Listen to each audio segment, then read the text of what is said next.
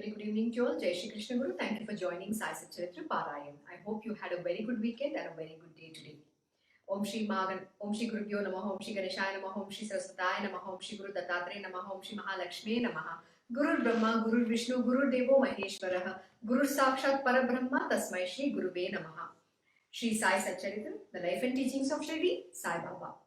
We will continue from where we stopped. That is chapter 32, the greatness of the Guru.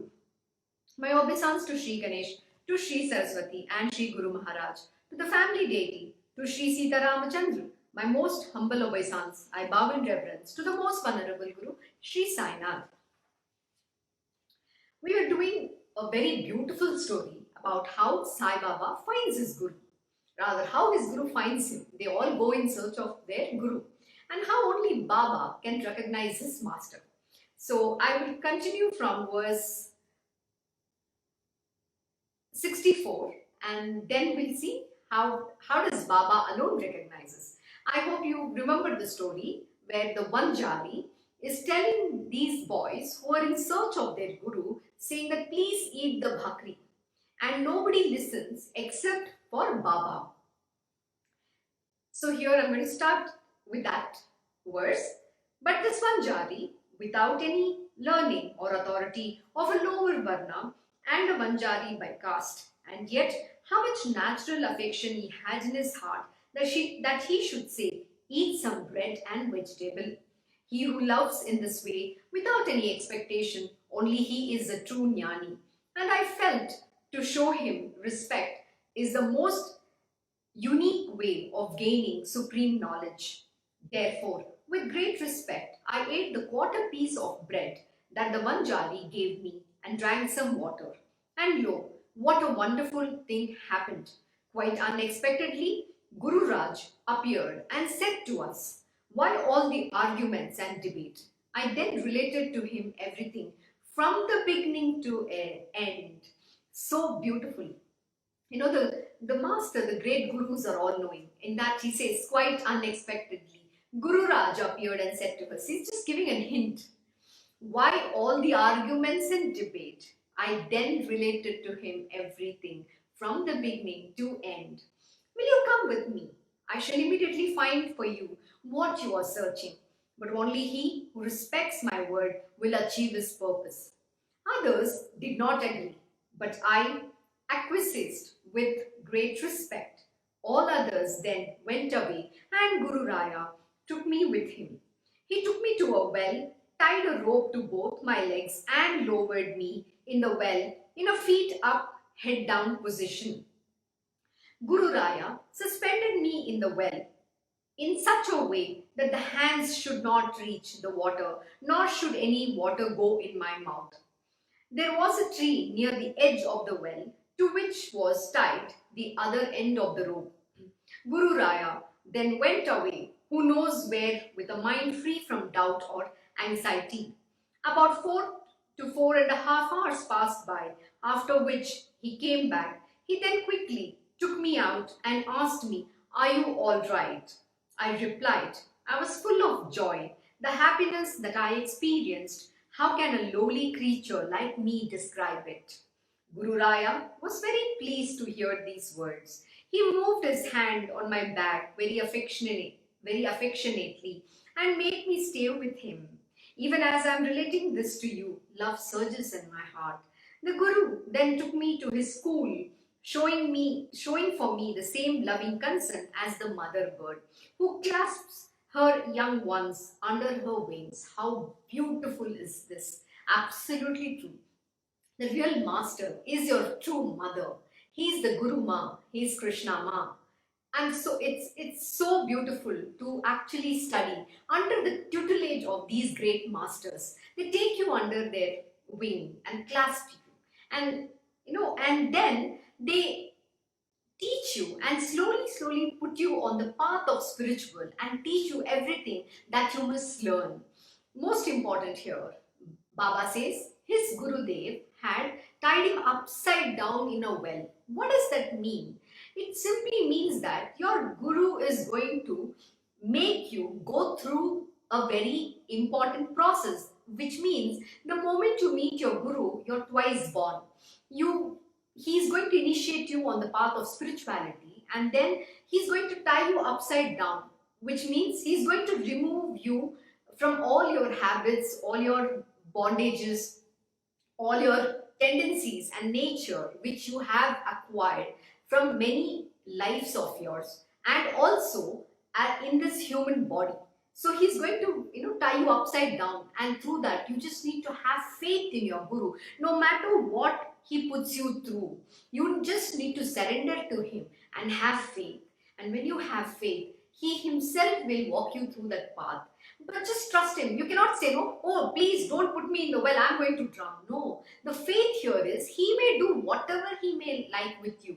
So don't get carried away by what he puts you through. You need to have the Shraddha and Saburi, faith and patience, which is extremely important.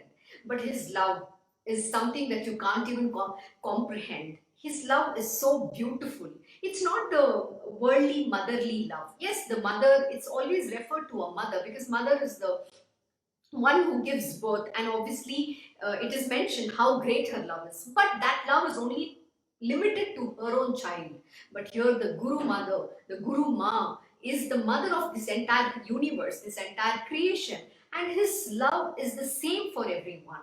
He doesn't have any differentiation. If you come in his presence, you'll experience the same beautiful divine love that is there for each and every one. And he takes you under his wing and makes you walk that path, holding your hand, guiding you on step by step, and telling you where there are pitfalls, where are there obstacles, so that you can overcome them and evolve on the path. He wears himself out so that he can, make you redeem yourself from all your sins. He takes on to himself all your karmas, and then makes you the great being who you truly are. But the but is here. What is that but? It is your self-effort. The Guru Ma can only do so much. You have to put in your efforts. He is definitely going to show you the path, he's going to teach you everything. But walking, you must. Overcoming those obstacles, you must, with the knowledge the Guru is imparting to you. This is what he's saying. So have that faith and trust in that master. If you have found one, it is very important to catch hold of his feet and never leave his feet. Obey whatever the words that he is imparting to you. Every word from your Guru's mouth is gospel truth. It is said Guru Bani. Guru Bani means this beautiful truth which comes from the mouth of the Guru, which is the word of the God himself. Because Guru Sakshat Parabrahma. God is Guru and Guru is God. There is no difference between them. Yesterday, my Guruji was teaching to some of his disciples who had come to visit him. And at that time he mentioned, go catch hold of your Guru's feet. Go after him. When you seek, you can find God. But seeking is a must. You just cannot say, no, my Guru is very busy, he's not giving me time. No. How much do you yearn for him? You have to go and seek him. You have to trouble him. My Guruji, my Krishna Guruji has taught a very beautiful lesson. He says, the mother will look at only the child who's constantly nagging and crying, saying, Mommy, I want this, Mommy, I want this. Just to get, stop the child from nagging her, she'll fulfill whatever the child wants. It's just an example. Doesn't mean you have to be that. What it simply means is that you have to go after it continuously. Even when your mother is refusing to pay attention to you, you have to seek her attention. That is what the lesson means here. So make that noise. Seek that attention of the Guru. When you're seeking is absolutely with a sincere heart within yourself and full of that craving that I want to go on this path of spirituality, I want to understand love and devotion, whatever that is you're seeking. When you seek with absolute truth within yourself, you will get it. When your seeking is absolutely sincere, it has to be with that faith alone, not with the intention that I want to escape from the material world, so I want to get into something else. No, it's not like that. But you need to seek God. You need to crave for him. You have to cry for him. That is when the Guru will look at you. Similarly is the case here. So my Guruji was saying, go and make that noise. You have to go after. Don't give up. Seek. And someday you will find. It is said that when you seek anything, even you can find God, but you have to go after. You have to search. My Guruji will always say, "Dhoondne pe Bhagwan bhi milte hain." So, which means when you search, you will find God. So, how much is your search? It doesn't mean that once I go try something and then say, "Oh, I didn't get. I've tried really hard." No, every single day you have to search. So you have to seek, go after it continuously. Your focus has to be single pointed in that direction, and then you will find the truth. This is what it is. So let's see what happened. And oh, how fascinating was the Guru's school. So much so that I forgot my fond attachment to my parents. The chain of delusion attachment was broken and I was liberated quite effortlessly. Both, which are undesirable, were totally snapped and the bondage that obstructs the spiritual inclination was severed. I felt like embracing the Guru, storing up his image in the eyes themselves. Absolutely. This is the one thing which nobody else in this entire universe can grant you except your Guru, in your Guru Ma. You know what he does? It's beautifully, Baba has beautifully explained here. He says, bonds which are undesirable were totally snapped, and the bondage that obstructs spiritual inclination was severed. I felt like embracing the Guru, storing up his image, his image in the eyes themselves. Absolutely. Your eyes has to only see your Guru's face everywhere in everything. That's what we say. See God in everybody, in everything. You should only see your Guru. Make his image your worship, your idol of worship, your idol of meditation. Dhyana Moolam Gurur Murti. We're not saying God's Murti here. Guru Murti. Your Guru's image is the very image on which you have to meditate upon. You just can, his form, whatever, his feet, his eyes, whatever that appeals to you. Embed that image within your heart. Never lose sight of his image, even for a moment. With this, I remember one important thing which I forgot. The other day, 2 days back, last week, I think two sessions before, I don't know if it is Wednesday or Tuesday, I was giving an example of Samarth Ramdas where I happened to mention that Samarth Ramdas Maharaj died of elephantitis. It is not Samarth Ramdas Maharaj, it is Shivaji Maharaj, who is the disciple of Samarth Ramdas Maharaj. So, King Shivaji was the disciple of Samarth Ramdas, and he died of elephantitis. So we were talking a subject of prarabdha karma and death. So I made a small error, so I'm clarifying it to you. So coming back here, unless this image lives in the eyes all the time, the eyes will be but two balls of flesh. Or I would rather be blind without his image. Such was the great importance of the Guru's school to me. Absolutely. Since I mentioned about Shivaji, the great king, he left his kingdom and went in search of his Guru, and he literally joined his Guru's ashram. There's no ashram. His Guru, Samarth Ramdas, his Guru, was living in a jungle. So he just went over there and joined, and he was learning under him. And his Guru said, "You go there and sit and meditate." He completely obeyed that. And his mother, Jijabai, she came in search of her son, and then she had to request Samarth Ramdas, saying that, "Look, my son has joined your ashram. Can you please send him back?" And until then, Samarth Ramdas, though he's all knowing, he said, "Who is your son?" He's right there. And when Samarth Ramdas summoned Shivaji Maharaj, he came and he said, "Look, your mother is here and she wants you back." What did Shivaji Maharaj say? He said, "I don't know who she is. She's not my mother. You are my mother." That is what Shivaji said. That is called Guru Bhakti. That is called Guru School. That is called Guru Kul. It is my Radha Krishna, my school. Where your Guru is, that is your home. You become Vasudev Kutumbam. This entire universe is his family. Okay? The Guru has no independent family. Everybody is part of him. It's how you associate. Okay? It is what you seek in him. It is how much intimate you feel, how close you feel. It is all left to you. It is not somebody who can give these things to you outside. You have to experience this within. Imagine a great king like Shivaji Maharaj saying, "I don't know who this lady is. She's not my mother." And he says to Samarth Ramdas, you are my mother. How beautiful is that? Such is a great devotion, such is the bhakti, Guru Bhakti. This is called the devotion to the Guru. You completely surrender.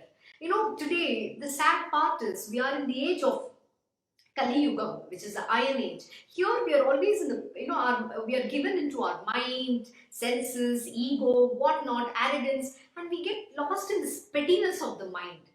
Trying to always either look into what somebody is doing or feeling jealous of somebody, having avarice. Oh my God, my Guruji teaches one very beautiful lesson. Over and over again, the same lesson, last 20 plus years. If you listen to any of my Krishna Guruji satsang, you will see one very important lesson that stands out is be your good self. Be compassionate, be kind, be loving, be generous and forgiving towards the entire creation. He says no matter what others do, you don't have to be bad to anybody. This is what my Guruji teaches us every single day. And we have to practice. See, this lesson is not going to come so easily because we bring our human nature like that. It comes tough, it comes very strong, it comes so fast. Even before you have realized, you have already reacted. So most important is you shouldn't react. Why are you reacting? One thing my Guruji has taught is, look, each one's experience with the master is individual. There is no other person who can compare or even experience what each one has experienced. So we are not here to look into what is in other person's plate. We are only here to focus on our own spiritual being and progress. And yesterday, yesterday and day before yesterday, he did Uddhav Gita. You should go listen to his satsang, the Uddhav Gita, on Krishna Knows. It is there. It's posted on Krishna Knows webpage. Please, on Facebook page, kindly go and listen to it. In that, he's teaching one very important thing, which is we human beings do not have to be wicked. We do not have to be mean. What does wickedness mean? Wickedness means sometimes people do make mistakes. They can be whatever, they can say whatever they want, but you don't have to react or respond to anybody. You don't have to be mean to someone. You just have to be your good self. Just let it be, let the things be. And he said a very important thing. On the path of spirituality, when you're down there and you're slowly, evolving, so it's okay, you make mistakes, the Guruji is going to teach you and you will evolve, okay? But when you reach a certain level, and then what happens is, if you do not live those lessons, then the fall is very hard. And my Guruji explained, at that time, if you fall, one mistake you make, you're going to come back 100 years back. 100 years back. And then to climb that, you have to put, I don't know how much more effort to climb that step all over again to reach the same place. And imagine, then you need to be born again for another 10,000 lives more. Why do you need that? This is what my Guruji teaches. But we human beings, given to our own self-conceit, the mind is so deceitful and it constantly keeps coming and reacting. We don't need to do this. So we have to practice. How do you practice? The practice is only by developing that love and devotion to your Guru. When you're that idol of dhyana is your Guru, then anything else around you should not matter. And why should it matter what others say, how others behave, what's happening in the world? Imagine Shivaji Maharaj telling to his Guru that you are my mother. I don't know who this lady is. How much of devotion did Shivaji Maharaj have? And then what did Samarth Ramdas did? He asked Shivaji Maharaj few questions. He said, who does this kingdom belong to? So Shivaji Maharaj says, you are the master of the king. You are the king and it belongs to you. You are the master of this universe. So what does it mean to obey the Guru's command? He says, yes, I will have to obey every word, every command of my Guru and do anything my Guru ordains. So he asks, will you do what I ask you to do? And he says, of course, yes. Your word is my command, he says. And then Samarth Ramdas Maharaj says, since you have already agreed that this kingdom belongs to me, I now command you to go and rule my kingdom for me. That is called Guru's command. And Shivaji Maharaj accepts that command and he follows Guru Agya. What does Guru Agya mean? You have been given a duty, a responsibility, and now it is your job to go and fulfill that duty, thinking that you're serving the Guru's command, you're not doing it for yourself or anybody else. So it is the order of the Lord Almighty Himself. And then, what did Shivaji Maharaj do? He took the padukas of his Guru and then he placed it on the throne. And Shivaji Maharaj never sat on the throne. He put a small stool, he sat next to that, in a small, whatever, the bench, or an asan next to that. And from there, he ruled the kingdom. He never for once after that ever sat on the throne. This is called Guru Bhakti. This is how you have to be. Lord Shivaji Maharaj, the great king or Maratha king, is a great example of, imagine being a Kshatriya, and also he is the, an essence of Lord Shiva himself.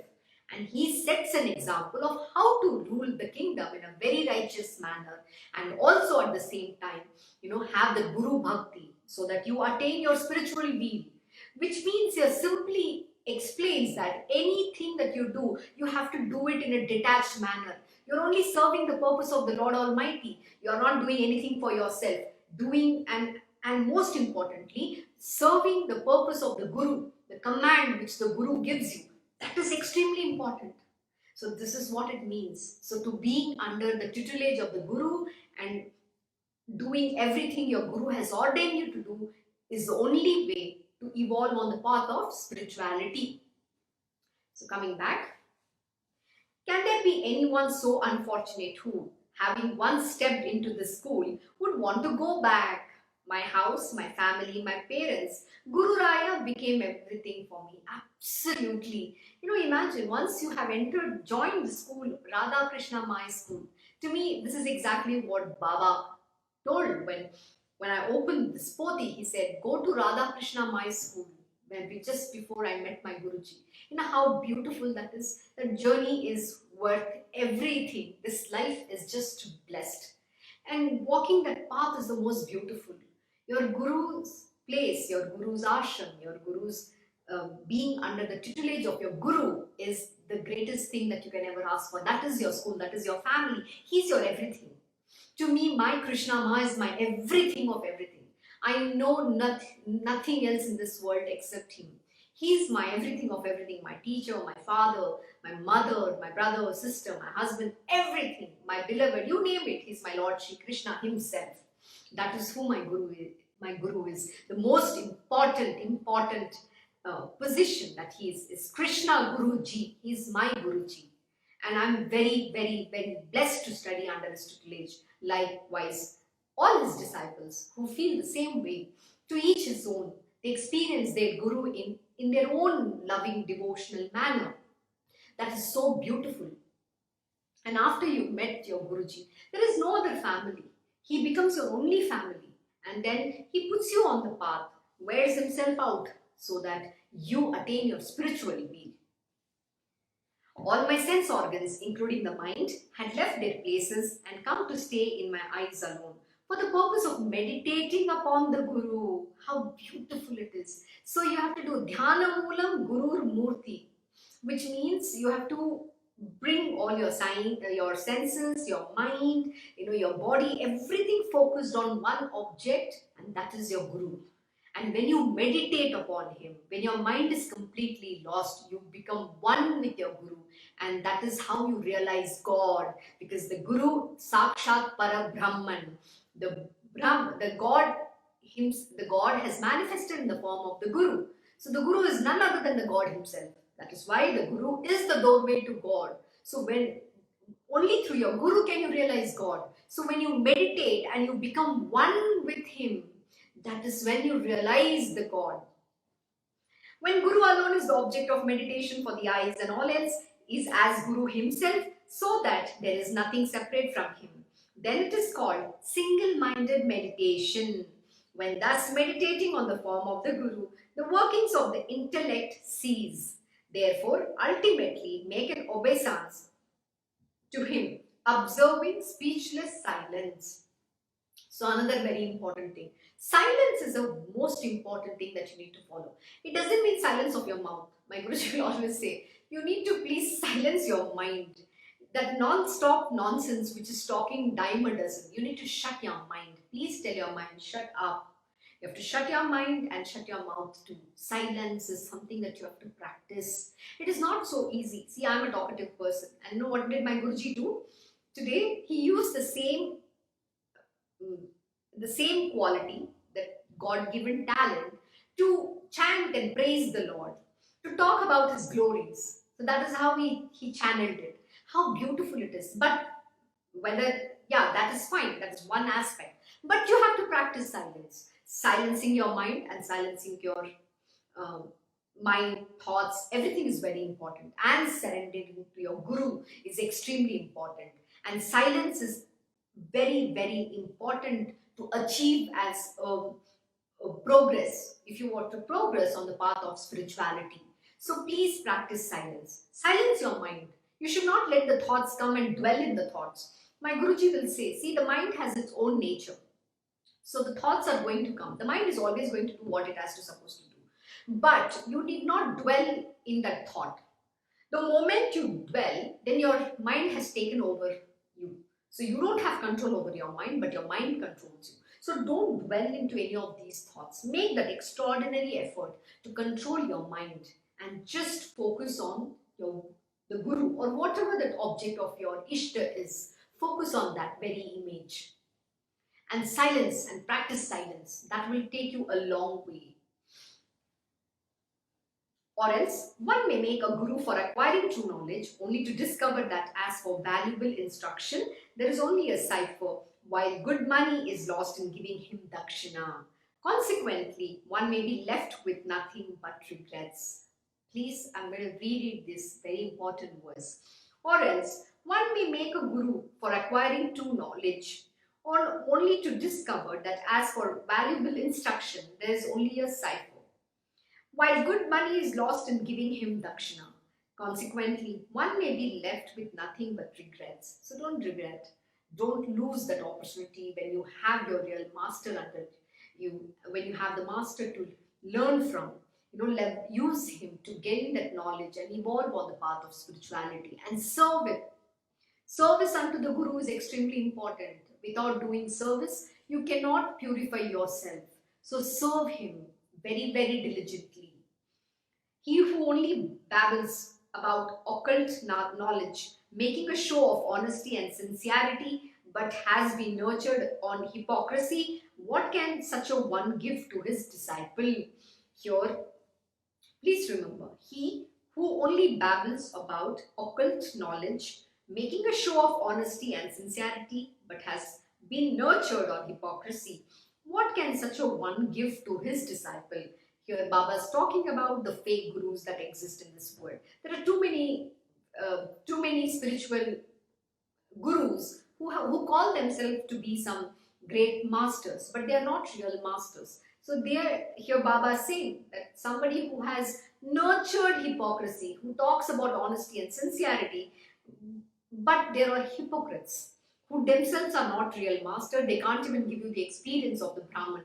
Please remember this one very important thing. How do you recognize a real master? Only a real master can give you that experience. My Krishna Guruji has always said to anybody who comes to him, you can test me out, you can try me out. Test, and once you get your experience, then only you believe me. Otherwise, I have not invited you here. You walk in with your own will, you can walk out with your own will. This door is welcome. This door is open all times. You're free to come, you're free to go. There is no force here. But when you come with that faith, you will experience the truth. But again, I will say, as is your faith, so are your experiences. You cannot have your own ideologies and belief system and then try to experience God. God can only be experienced with absolute faith, that Shraddha, which is very true. You're not doing that because you want to do it, but it is very much within your heart. So likewise, my Guruji has always said, you experience, and once you have that experience, then you believe in me, not otherwise. So this is what my Guruji says. But that doesn't mean you come to test a master, okay? That's another very important thing you need to understand. You need to have that little bit of intelligence, God-given intelligence, to understand who is a true master and who is not. And so here, again in Samarth Ramdas Das Bodh, Samarth Ramdas very beautifully explained how do you recognize a real master? Who is the real master? What are the qualities of a real master, a real guru? Same lessons have been imparted by Lord Shri Krishna in Uddhav Gita. You can go and listen to my Guruji Satsang on Krishna Knows. Please listen, and then you will understand how do you recognize. And even in Sai Satcharita, we have earlier in the initial chapters, we have already covered this subject. How do you recognize a real master? What is the mark of a true master? So I'm not going to repeat it here. So please remember, when you get that chance to meet the real master, don't waste it by the self-conceit and deceit of your mind. He who is to all appearances pure and holy, but is in reality immature and is lacking in first-hand experience, the schooling or instruction from such a one is altogether useless. Oh my God, this is extremely important. He who is to all appearances pure and holy, but is in reality immature and is lacking in first-hand experience. The schooling or instruction from such a one is altogether useless. Baba is very, very clearly, explaining here. You need to understand, if you have to meet a guru and learn under him, you cannot learn from somebody who cannot give you that experience. Why? Because they themselves don't have that experience. So what is that they can teach you? So don't waste your time going to such gurus. Today, unfortunately, we are in the Kali Yuga. Everybody, they believe the fake gurus to be the real gurus, and when they meet the real gurus, they think they are the fake gurus, and then they try to question them. But this is Maya, that is Maya, and that is what you have to break over. So don't fall into this. When you have that grace, seek that grace to be able to recognize that real master. And that is why I keep telling, first you need to understand how to recognize this real beings. They will not appear in some garbs, here they've given description, who is to all appearances pure, holy. These real masters will appear so ordinary that you cannot even recognize them. But such is how, that is the garb they will come into, and that is how they will present to you and to this entire world. Why? Because they will always want to be incognito. Without their grace alone, if you cannot see them, my Guruji gave a very beautiful explanation of how without Lord Shri Krishna's grace on somebody, they cannot see him or experience him. And that was so profound and so true, You need to first be deserving of that grace. Lord Krishna will see who's worthy. So he is the ultimate evaluator, assessor, whatever you want to call. He knows when to grant that grace. So he's going to see, he's going to test you out. And without his grace, nobody can know Lord Shri Krishna. You need to know this. So such are these great beings. When they manifest in the form of the Guru, you are not going to be able to recognize unless and until they grant you that grace. So most important thing is you need to seek that grace. And don't get carried away and fall for these fake gurus in this world. There is no use going to such an ashram and studying under such fake masters who are themselves an hypocrite, because they themselves don't have any experience of realizing God. So how can they give you that experience of who God is? So don't fall for it. And Baba saying, so going to such a school or an ashram is absolutely altogether useless and it's waste of time. Where verbal, bookish knowledge sounds without any real experience of Brahmanyana, and where the Guru himself glorifies in his own greatness, how can a disciple derive any benefit from him? Please understand. If you have seen a lot of these gurus in today's day and age, they only glorify themselves. See, we are not here to glorify ourselves. And one very important thing that I want to make a point to all my listeners here.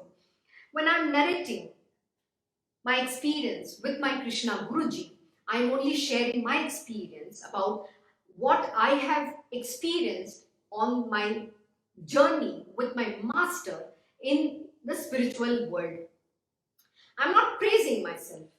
What I'm telling you is how great my Guruji is. and how real he is. He's a real master. And I'm only giving you that experience so that you can understand what it means to, study under a real master. What are the different things that happens? It is only my experience. And if you talk to his other students, they will have their own experience to share. So this is only for you to correlate. So my Guruji is great. And today, the words that I am speaking are only of his wisdom. This body has no knowledge. I don't have any knowledge. And I'm not even capable of this. But it is my Guruji's grace where he's empowering me. He's telling me you can do it. You have to do it. He's teaching me. Every single day he handholds and he teaches me. So before I come to satsang, he'll always say to me, all the best. It feels like I'm giving my examination here. It's a very beautiful one thing is it is very beautiful to do satsangs, but the second thing is it is not so easy to do satsangs. And I only every day pray to Baba and my Guruji, let the words be of your wisdom. Let me do it. So, and they'll correct me. So this is how you have to evolve. Nobody becomes perfect overnight. You have to go through that process of learning. But my great master is the one and only who can give you that Brahmanyana. I'm not qualified to give the Brahmanyana. But yes, today he's given me that position to be able to do the satsang so that my experience can be shared with the world, and whatever that someone has to get, they will get from it. The knowledge, that little bit knowledge that they have to get, they will get it. So those who need to get this knowledge or those who need to listen to this will definitely listen. So that is what it means. So where the verbal bookish knowledge abounds without any real experience of Brahmanyana, and where the Guru himself glorifies in his own greatness, how can a disciple derive any benefit from him? Absolutely. My Guruji is so great that never once will he say that he knows anything. If you ask him anything, he'll just say, I don't know. Only Krishna knows. I know nothing. But you know what? He's the Almighty Lord himself. He's Sachidanand. He's Sat, Truth, Chit. He's bliss and Anand. Sorry, I said Sat, Truth, Chit, knowledge, and Anand, that is bliss. His truth, bliss, and knowledge incarnate. So he knows everything, yet he will never acknowledge. He'll say, I don't know. I know nothing. That is the greatness of my Guruji. I've always seen him being so humble. He demonstrates how to have humility, how to serve his Gurudev. He sets an example so that we all follow. Such is the greatness of him. And every single day he'll say, the greatness lies not in serving our own self, but the greatness lies in serving this entire universe. That is what he's teaching us. He teaches us how to, do our work ourselves. Actually, he had written a very beautiful update in the Facebook. I can't remember the exact words, but you can go check it out. He simply means that, today everybody uses a servant or someone to serve them, right? Get their job done. But the Guru makes you to serve this entire universe. That is what he teaches on the path of spiritual. So being spiritual means you are here to, serve the purpose of the divine, which means you have to serve this entire universe. We are not here to do service to our own self or get someone to serve us. That is not what my Guruji teaches. So that is his greatness. So only a real master can give you the Brahmanyana. Please remember this. He whose word does not touch the heart of the disciple and whose testimony does not bring conviction to his mind, of what avail is his instruction? It is merely an empty, meaningless babble. Absolutely. When my Guruji speaks, every word, it just hits you like that. It gets embedded in your heart. That's the power. You just have to sit in his presence. And it's unbelievable. I've seen different people going through different things. You will let us start crying. And to someone, it'll just be like the moment he says some words, that knowledge would have opened up within him. And that person says, oh yes, I got it. That is how they will react. So these are the different things that each one experiences. To somebody can even smell sandalwood paste, the fragrance of sandalwood. Somebody can smell jasmine around him. Somebody can smell tulsi around him. He's amazing. He's beyond any words that can describe him. He's such a great divine being, yet he'll appear so ordinary human. That is exactly who a true master is. You cannot recognize them because they will always be in that incognito way. They will walk around freely. They are avaduta. They are ever free. Just like Lord Dattatreya. He's ever free.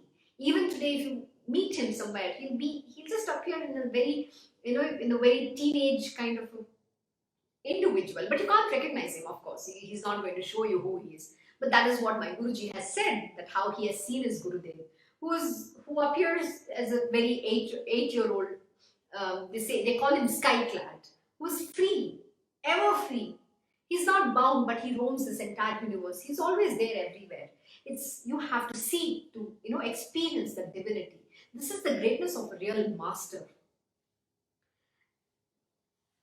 So in this way, he made me do upasana and showed me the store of true knowledge. I did not have to search for it in the least, nor did I have to try to understand the deeper significance. The profound significance dawned on me all on its own, and the knowledge was gained effortlessly.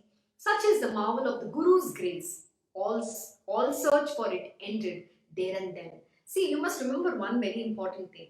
You can't say, oh, I also met my Guru. My Guru put me on the path of spiritual, but I couldn't attain anything effortlessly. Please don't misconstrue this verse, okay? This human mind is quite dicey. So it can twist and turn and misconstrue whatever is being told here. Please, you are not Baba and nobody is Baba. Baba was a very divine being. Let me explain. This is many, many, many years ago.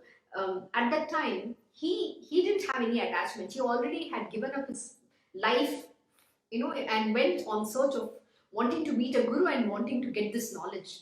So he is already a divine being. So the reason why he was able to get this so effortlessly is because he followed everything that his guru has ordained him to do. So which is not mentioned in a deeper sense here, but in the earlier chapter, in one of the chapters, Baba had very briefly explained how he served his Gurudev. Okay, I don't know whether you remember this chapter or not. If you don't, you can go and see the earlier videos. In one of the chapters, Baba had very, very clearly explained how did he serve his master, and that was very beautiful. So here it is very simply said, yeah, Guru's grace. Okay, moksha moolam gurur krupam, no doubts about it. But to receive that grace, you need to first show your effort. You have to show your devotion. Baba just had devotion like that to his master. He did not have to put too much effort. He just did it right there and then with absolute conviction. He didn't have any doubts. He did not even question his master. He literally listened to everything his guru ordained him to do. So that is the kind of devotion you need to have. You can't have flimsy devotion. Oh, one day when your Guruji is conducive and nice to you, you'll say, yes, Guruji, you're the greatest thing on planet Earth. Next day when your Guruji gives you 2 tight slaps, you'll say, oh, he's beating me. I don't want to learn under such person. Where is your then faith gone? So you only want to have sugar all the time? It doesn't work like that. The great masters are, tough. Tough in the sense, you cannot get pampered. You just cannot have pampering. He is going to put you through those things to see how you overcome your ego, the mind, the arrogance that you carry. That is extremely important. See, humility is the word. Humbleness is the word. To become submissive unto the great master is very important. As I'm even reading the satsang, I just saw my Guruji standing here, and I'm just like, I'm continuously looking at whether he's really there. He's not, but I can see that he's literally sitting here and listening to me. This is the faith. This is how they do. This is how they show themselves. This is how they conduct themselves. They are all pervading. They are not the body. They are the unmanifest and the manifest themselves both. They're all pervasive. They can be anywhere they want. They're avaduta. That is what they are. So don't get carried away by listening to your mind. Don't get into your mind itself. So here, the grace is what you have to seek by doing everything that your Guru ordains you to do. Not just like that. So here Baba says, the profound significance dawned on me. But yes, the knowledge will dawn on you at its right time. My Guruji will always give this beautiful example, which has been given by Shri Ramakrishna Paramahamsa ji. Ramakrishna Paramahamsa has said that, the mango has to ripen in its perfect timing. If it is if you eat the mango just before it has fully ripe, okay, it'll still taste sour, okay. Or if the mango is overripe, you'll find that pungent taste, meaning it's too sweet. You cannot savor the fruit. So the fruit has to perfectly be ripened in its own time. So the grace and the knowledge should be dawned when you're ready to receive that. So it opens within yourself. That is why we say self-realization. Within yourself, you will have to realize, and that realization happens at the God's appointed timing. When the grace of the Guru dawns on you, when you're ready. The Guruji is not going to give you the grace whenever you think you are ready. You are nobody to judge yourself. And please know that when if you're half baked, then you cannot get this knowledge. Okay, there's a very beautiful story just because I mentioned half baked. I'll give you a very beautiful story about Namdev. Once there was a call, all the great sages were all together. There was this Kumbhar, okay? He's the potter. And everybody was sitting like Namdev, Jnaneshwar, Tukaram, all were sitting. And then Kumbhar said, let me test which pot has, completely baked. What he meant is that who is who is half baked or who is not yet baked completely, means who has been able to attain the God realization, who is completely realized the God, or who is perfect in their spiritual wheel, or the achieving their the highest spirituality. So he knocks on everybody. So when he goes on knocking on everybody, he comes to Namdev. And when he knocks on Namdev's head, he says, oh, this is half baked. It is still kacha. Kacha means it's still raw. It's not ripened. And Namdev gets very angry. He says, oh, what are you judging me on? You people don't even know. I'm going to go and ask Lord Vithoba. You know what? I can see Vithoba. I sit and eat food with him every day. And then he gets very angry and straight goes to meet Lord Vithoba. This is in Padarpur. So he meets Vithoba. And he says, Lord Vithoba, see, they're all teasing me, saying that they're calling me, I'm not baked, I'm not fully baked. They're calling me half baked. How can that be? So Vithoba says, of course, yes, what they said is right. Yeah, you can meet me, you can talk to me, you can sit with me and eat food, but doesn't mean you have attained God or you have realized God. You have to meet your Guru. Only when you meet your Guru and when you go through that path, that is when you can realize me. So Vithoba says, go and meet your Guru in a particular place. He points out, I can't remember the name of the place. And then Namdev goes in search of his Gurudev. So he arrives in this particular village and there's a temple. And there he finds a man sleeping with his leg crossed on the Shivlinga, the idol of Shivlinga. He's kept his leg crossed like this. Vithoba gets very, not Vithoba, I'm sorry, Namdev gets very upset. How can this man keep his leg on Lord Shivlinga? He gets so frustrated. So he tries to remove the leg and put it down. The moment he places that person's leg, down, there comes one more Shivlinga. So he does this a few times and then he realizes, oh, this must be my Guru. What does that signify? God and Guru are one and the same. And then he bows down to him. His Namdev's Guruji's name is Visoba Khechar. And that is how Namdev finally meets his Guru. And then he learns under his Guru. And then he realizes Lord Vithoba. He becomes the highest saint. That's such a beautiful thing. And even today, when you go to Pandharpur, there is a dwar, the entrance, it is said Namdev Dwar. That is the dwar you have to enter to attain devotion like Namdev to Vithoba. How sweet is that? So everybody has a story. They are all the great divine beings. These are all not the ordinary people. They are the greatest of the saints and sages of that time, of all times. They are the great divine beings. So they all have gone through. See, all these stories only narrate you and tell you the significance of the Guru.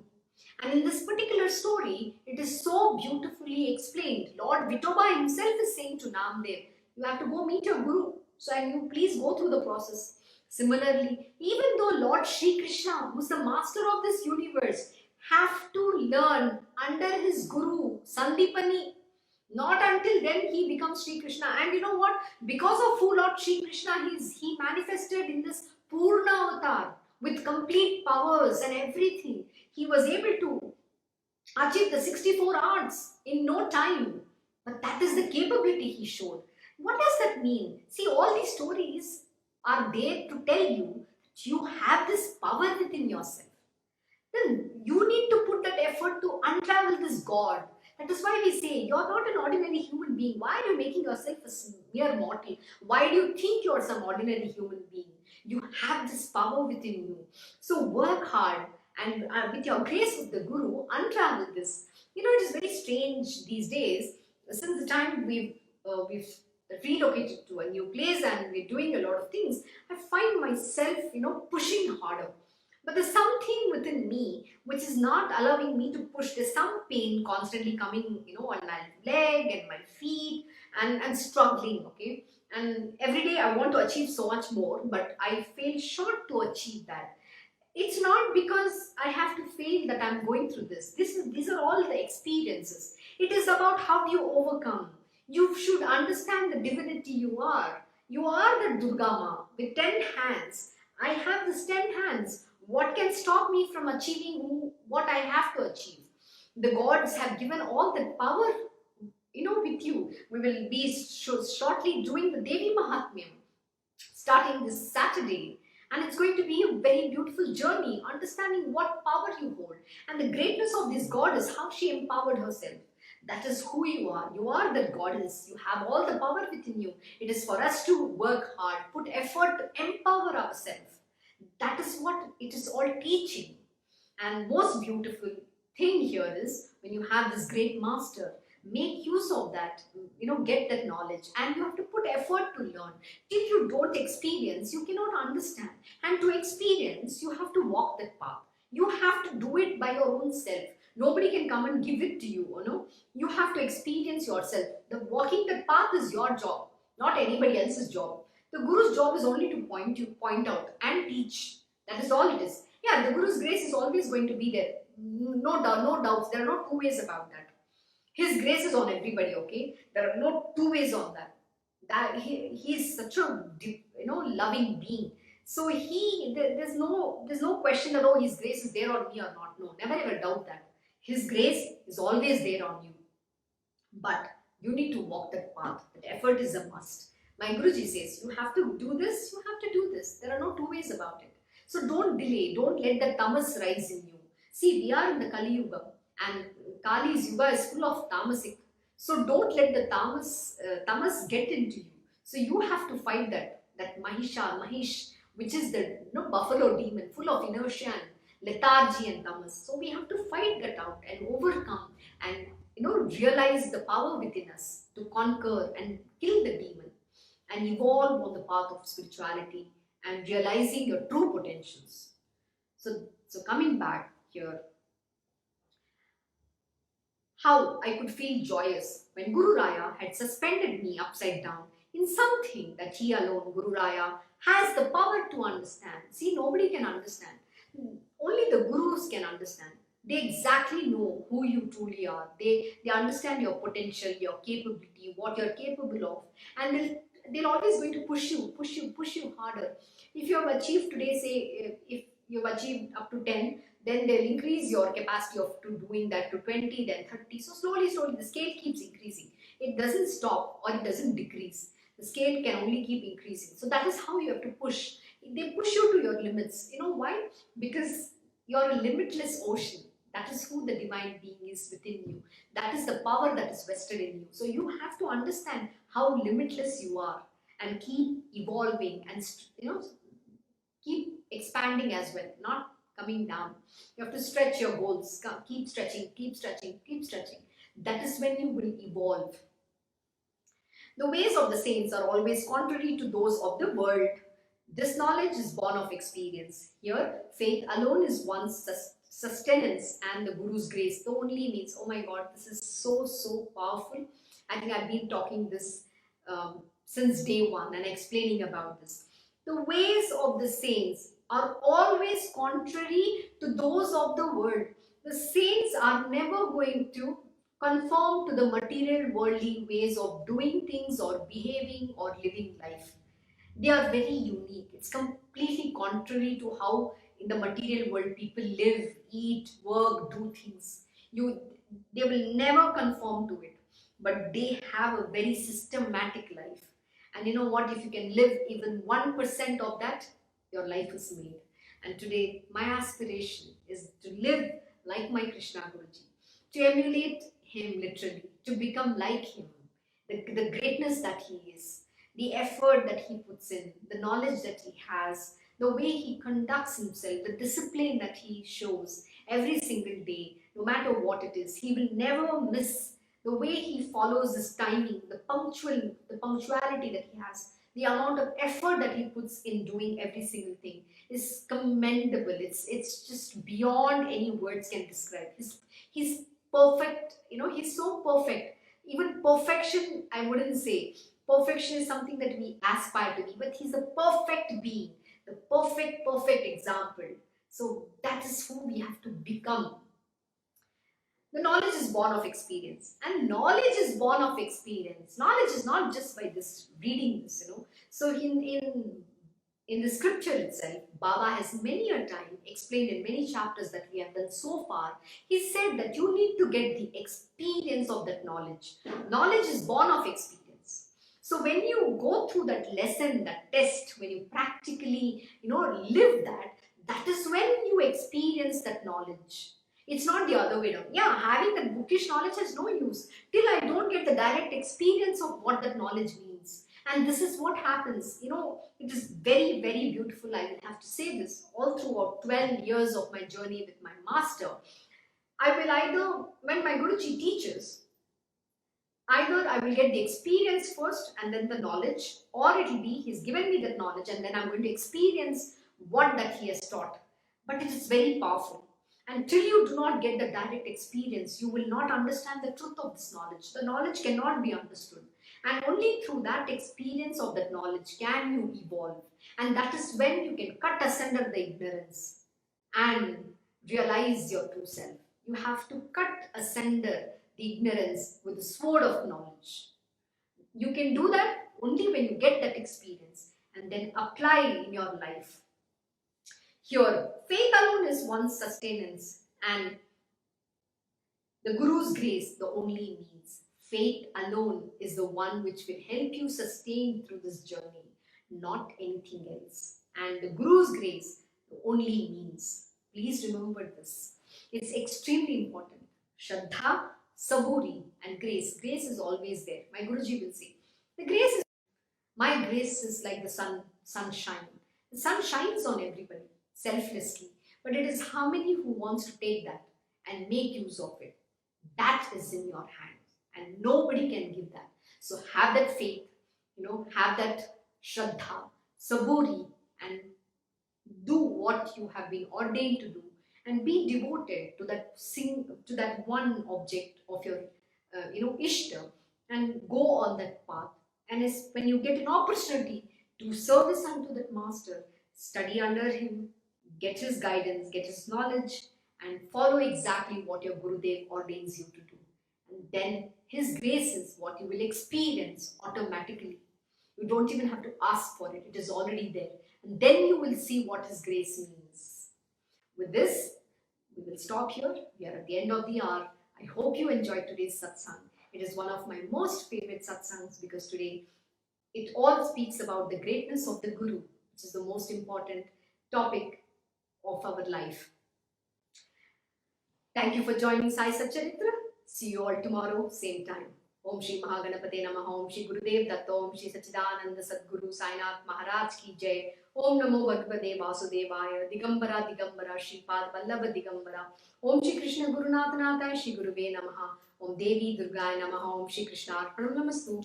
Krishnam Vande Jagat Guru.